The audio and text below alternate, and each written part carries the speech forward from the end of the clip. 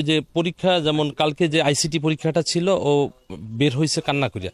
তারপর বাসায় আইসা ওই অবজেক্টিভগুলো দেখতেছে, দেখা মানে দেখতেছে যে কিছু অবজেক্টিভ যেমন 10টা না 12টা হওয়ার কথা ছিল, 4টা না 5টা হয়েছে। এই জন্য ও কি করলো, একটা চিরকুট লিখে গেল যে আম্মা, আমি তোমার ভালো সন্তান হইতে পারলাম না, কারণ আমার বান্ধবীরা সবাই পাশ করবে, সো আমি পাশ করতে পারলাম না। এই জন্য আমি থাইকা কি লাভ পৃথিবীতে, এই আদার শূন্য কিছু না। পাঠিয়ে আমাদের সাথে একসাথে পড়ালেখা করছে, কিন্তু ওর আইসিটি পরীক্ষাটা খারাপ হয়েছে, তাই জন্য এই কাজটা করছে। কিন্তু এটা কারো করা উচিত নয়, কারণ এই পরীক্ষা খারাপ হইতেই পারে, তো ভবিষ্যতে সে আবার দেওয়ার চান্স আছে। তো সে এই কাজটা করা ভালো ছিল না। আর কেউ, আর যেমন সবাই ওর জন্য দোয়া করবেন, আর ওর মতন কেউ যেমন এই কাজটা না করে। পরীক্ষা আমাদের ভালো খারাপ হতে পারে, কিন্তু এই ধরনের কাজগুলো করা ঠিক হয়নি। এটাই, এইসব কাজ করা যে আর কোনো মেয়েরা না করে। রেখে কি করবো? হ্যাঁ, ওর রুমের ভিতরে যেখানে লেখাপড়া করে ওই রুমের ভিতরেই ঘটনা ঘটছে, বুঝছেন? এরকম যে না হয় বা এরকম কোনো ফলাই না করে, এটা সব ফলাবান বাপ মা বা ময়মুব্বী যারা আছে সবাই এটা সচেতন ছাওয়া উচিত। কিন্তু ওরা বকে নেয়, একবার জায়গায় 2বার হুকিয়া দিও, 3বার হুকিয়া দিও, তাইতে কী সে? আমার ছেলে ছোটটা, ওটা তো গত বছর 2 বিষয় খারাপ করছে, এবার দিছে। আল্লাহ ভাগ্য মিলে না না মিলেও তো এই কথা বকা দিতেই। হ্যাঁ, এটা হইলো দুনিয়ার যেরকম অনেক মানুষ খোলাভাইন আছে যে আমি এটা করলেই বলে ভালো হইব, কিন্তু এইটা ভবিষ্যতে খাওয়ার তো শেষ, ও তো আর চলে আইব না। ওই পরীক্ষা কে দিব? আচ্ছা, কে দিছে পরীক্ষা? দিছে কেউ?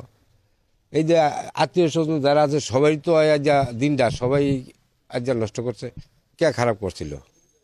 তারপর আইসিটি পরীক্ষা হয়েছে না, এই পরীক্ষা ওই যে অনলাইনে না কি দিতে আছে, এটা শিওর বলে দেয় কি, তো ওইটা সে 2 বিষয়ে 2টা নাম্বার খারাপ করছে, এটাই ওর কারণ। আপনারা জানেন যে গতকালকে বাপ্তায় সিমি, প্রায় 16 বছর বয়স, পরীক্ষার্থী, এসএসসি পরীক্ষার্থী, তিনি সুইসাইড করেছেন।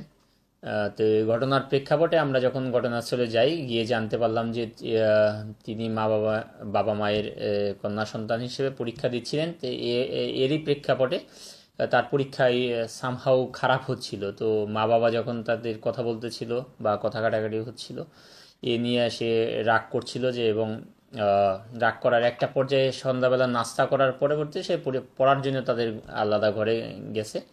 তো তারই প্রেক্ষাপটে 9:30টার দিকে, আনুমানিক 9:30টার দিকে আলাদা করে যখন গেছে, এর পরবর্তীতে ওর মা যখন রাত্রে খাবারের জন্য ডাকতে গেছে 11:30 দিয়ে, তখন গিয়ে দেখে যে ফ্যানের সিলিংয়ের সাথে সে গলায় ফাঁস দিয়ে ঝুলে আছে। তো এমত অবস্থায় আমাদেরকে এবং আশপাশের লোকজনকেও খবর দেয়, আমরাও যাই।